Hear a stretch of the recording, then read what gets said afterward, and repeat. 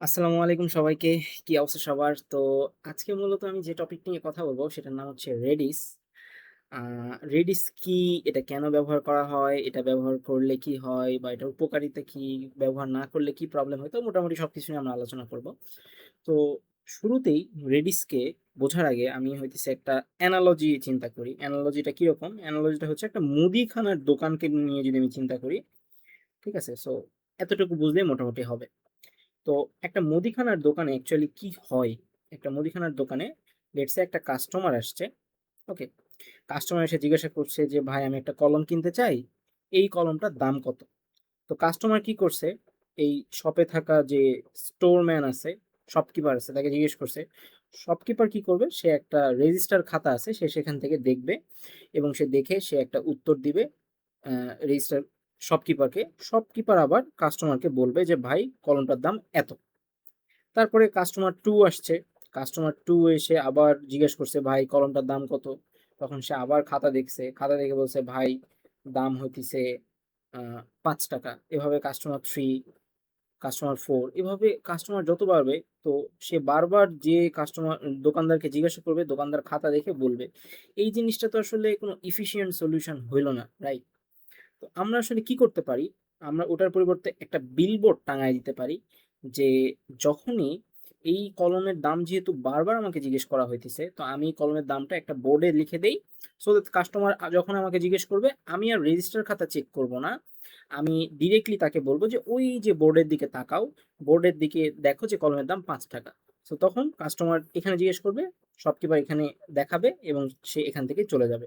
তো অবশ্যই এই রেজিস্টার খাতা চেক করার থেকে এখান থেকে অ্যান্সারটা বলে দেওয়া কিন্তু বারবার সহজ। তো এইটার সাথে Redis এর কি সম্পর্ক? ব্যাপারটা আমরা একটু বোঝার চেষ্টা করি। সো আমরা এভাবে চিন্তা করতে পারি যে একজন ইউজার আছে, সে ব্যাকএন্ড অ্যাপ্লিকেশনে একটা রিকোয়েস্ট দিল। সেই রিকোয়েস্টটা ডিরেক্ট আমার কোথায় যায়? Redis এ যায়। ঠিক আছে? আ সো আচ্ছা Redis এর ব্যাপারটা একটু পরে বলি। সো সেই রিকোয়েস্টটা লেটস সে আমরা ধরে নিলাম একটা ডাটাবেজে যাচ্ছে। ডাটাবেসটা MongoDB হইতে পারে, Postgres হইতে পারে, যেকোনো একটা ডাটাবেস। ঠিক আছে? তো সেই ডাটাবেসটা কি করলো?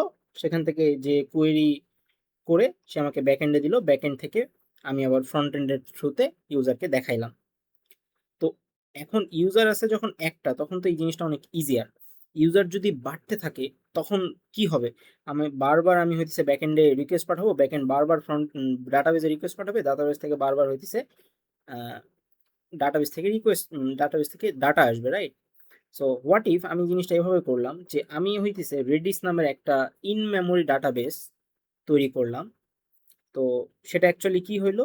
সে ইউজার যখন রিকোয়েস্ট করবে ডাটাবেস তখন কি করবে? ডাটাবেস তখন Redis এ যাবে। Redis থেকে ডাটাবেস এখান থেকে ডিরেক্টলি উত্তর দিয়ে দিবে। কিন্তু Redis এ তো এটা আসলে ইন মেমোরি ডাটাবেস। এটা কিন্তু আমার অ্যাকচুয়াল ডাটাবেস না। যেখানে আমার সব মেমোরি থাকে। যেখানে আমার সব ডাটা থাকে। তাহলে Redis অ্যাকচুয়ালি কি এবং কিভাবে আমাদেরকে হেল্প করতেছে? সো Redis ২ ভাবে হেল্প করতেছে। যখন ইউজার কোনো কিছু জিজ্ঞাসা করে বা কোনো একটা ইনফরমেশন চায় বা ডাটা চায়, তখন ব্যাকএন্ড অ্যাপ্লিকেশন Redis কে জিজ্ঞাসা করে, "Redis, ইউজার আমাকে এই জিনিসটা জানতে চাইছে। তোমার কাছে কি সেই ডাটাটা আছে? সেই ইনফরমেশনটা আছে?" তখন Redis ইয়েস অথবা নো বলে। যদি Redis বলে যে, "হ্যাঁ, আমার কাছে আছে", তাহলে Redis থেকেই ডাটাটা আমি ইউজারকে দিতে পারবো। আর যদি Redis বলে যে, "না ভাই, আমার কাছে কোনো ডাটা নাই", তখন ব্যাকএন্ড অ্যাপ্লিকেশন কোথায় যায়? ব্যাকএন্ড অ্যাপ্লিকেশন যায় হইতেছে আমার ডাটাবেজে এবং ডাটাবেস থেকে ব্যাকএন্ড অ্যাপ্লিকেশন ডিরেক্টলি এখানে উত্তর দেয় না। এই ডাটাবেসটা কি করে? ১ম এ Redis এ যেয়ে ওই ডাটাটা স্টোর করে, তারপরে Redis কি করে? Redis হইতেছে যে ওই ইনফরমেশনটা পাঠায়। এতে করে কি হইল? এই যে ইউজার যদি পরবর্তীতে সেম ডাটাটা চায়, তাহলে আমি আর ডাটাবেজে যাব না। আমি Redis থেকেই ডিরেক্টলি ইউজারকে পাঠায় দিব। তো আমরা আরেকটু নিচের দিকে দেখি। নিচের দিকে দেখলে জিনিসটা অনেক ইজিয়ার হবে বোঝা। সো একজন ইউজার সে একটা রিকোয়েস্ট পাঠাইছে। এটা আসলে আমাদের একটা সার্ভার, ঠিক আছে? সেই সার্ভারে একটা রিকোয়েস্ট পাঠাইছে। তো রিকোয়েস্টটা ১ম এ কোথায় গেল? Redis এ গেল। এখন Redis এ যাওয়ার পরে ২ টা জিনিস ঘটতে পারে। Cache hit. ক্যাশ হিট মানে হইতেছে যে এই ডাটাটা Redis এই ছিল। সো Redis এ যখন রিকোয়েস্ট পাঠাইছি আমি, তখন সেটা Redis থেকে আমার সার্ভারে আসছে, ব্যাকএন্ড সার্ভারে। ব্যাকএন্ড থেকে আমি আবার ইউজারকে আমি ডাটাটা সুন্দরভাবে পৌঁছে দিতে পারছি। কিন্তু যখন আমার অনেকগুলো রিকোয়েস্ট ওই সেম ডাটাটাই চাইবে, এবং সেটা যদি আমার রেডিসে না থাকে তাহলে কি হবে, আমার প্রথমে ব্যাকএন্ডে যাবে, ব্যাকএন্ড এতগুলো রিকোয়েস্ট সামহাও তার আর্কিটেকচারের মাধ্যমে এটাকে অ্যাকসেপ্ট করে ফেলবে। সো সে রেডিসে যাবে, রেডিসে পাবে না, এখানে বলা হচ্ছে ক্যাশ মিস কনসেপ্ট। সো তারপরে মঙ্গোডিবিতে যাবে, মঙ্গোডিবি থেকে ডাটাটা নিয়ে রেডিসে এসে স্টোর করবে, তারপর রেডিস সেটা আবার সার্ভারে দিবে, সার্ভার সেটা আবার ইউজারকে প্রোভাইড করবে। এই রেডিসে দেওয়ার প্রসিডিওরটাকে অ্যাকচুয়ালি বলা হচ্ছে ফাস্ট। আর এই মঙ্গোডিবি থেকে ডাটা এনে ইউজারকে দেখানো এই প্রসেসটাকে বলা হচ্ছে কম্পারেটিভলি স্লো। ঠিক আছে। সো রেডিস আসলে তাইলে কি করাইলো, রেডিস আমার রিড প্রেশার রিডিউস করে দিল, সেম ডাটা বা হট ডাটা এবং রেসপন্সটাকে কি করে দিল, ফাস্ট করে দিল। সেম ডাটা হলে রেডিস থেকে চলে যাবে, হট ডাটা বা রেসপন্স ডাটা এসব ক্ষেত্রে কিন্তু রেডিস আমাকে কি করলো, একটা বেনিফিট দিল। সো এইভাবে করে আমরা আসলে ইন মেমোরি ডাটা বা ইন মেমোরি ডাটাবেসটা আমরা বিল্ড করতে পারি। এতে করে আমাদের একটা ওয়েবসাইট অনেক ফাস্ট হয়, অনেক ফাস্ট অ্যাক্সেস করা যায়, এবং প্রত্যেকটা বড় বড় ওয়েবসাইটে আসলে রেডিস থাকে, ইন মেমোরি ডাটাবেস থাকে, সো দ্যাট আমাদের ওয়েবসাইটটা খুব দ্রুত ইউজারের সাথে ইন্টারঅ্যাক্ট করতে পারে।